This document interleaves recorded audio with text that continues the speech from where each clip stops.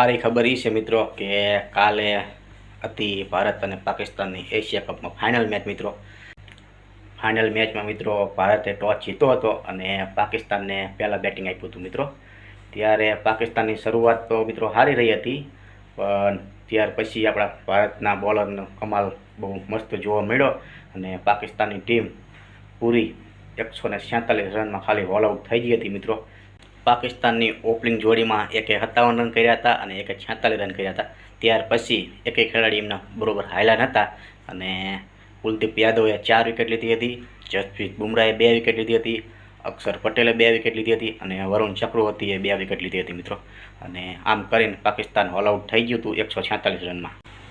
ત્યાર પછી ભારત બેટિંગ કરવા ઉતર્યું હતું અને શરૂઆતમાં જ અભિષેક શર્મા, શુભમ ગિલ અને સૂર્યકુમાર યાદવ જલ્દી આઉટ થઈ ગયા હતા અને ભારતની ટીમ બેટપુક ઉપર આવી ગઈ હતી.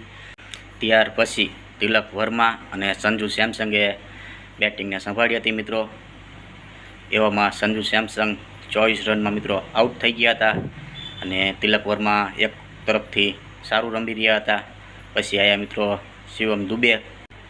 તિલક વર્મા અને શિવમ દુબેની પાર્ટનરશિપ મિત્રો સારી રહી હતી અને ભારતને સ્કોર હાસિલ કરવામાં થોડીક આસાની પણ થઈ ગઈ હતી મિત્રો. એવા સમયમાં જ શિવમ દુબે 33 રન બનાવી અને મિત્રો આઉટ થઈ ગયા હતા.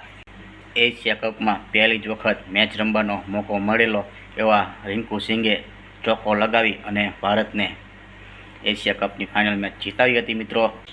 આ ફાઇનલ મેચમાં સૌથી વધુ તિલક વર્માએ મિત્રો 69 રન કરી નોટ આઉટ રહ્યા હતા મિત્રો અને ભારત એશિયા કપ 2025નું ચેમ્પિયન બન્યું મિત્રો. પાકિસ્તાને એશિયા કપમાં 3 વખત મિત્રો હરાયું બેક ટુ બેક.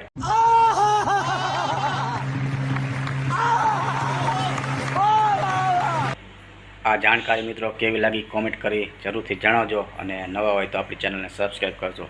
મળશું એક નવા બ્લોગ સાથે મિત્રો. ત્યાં લગી બાય બાય.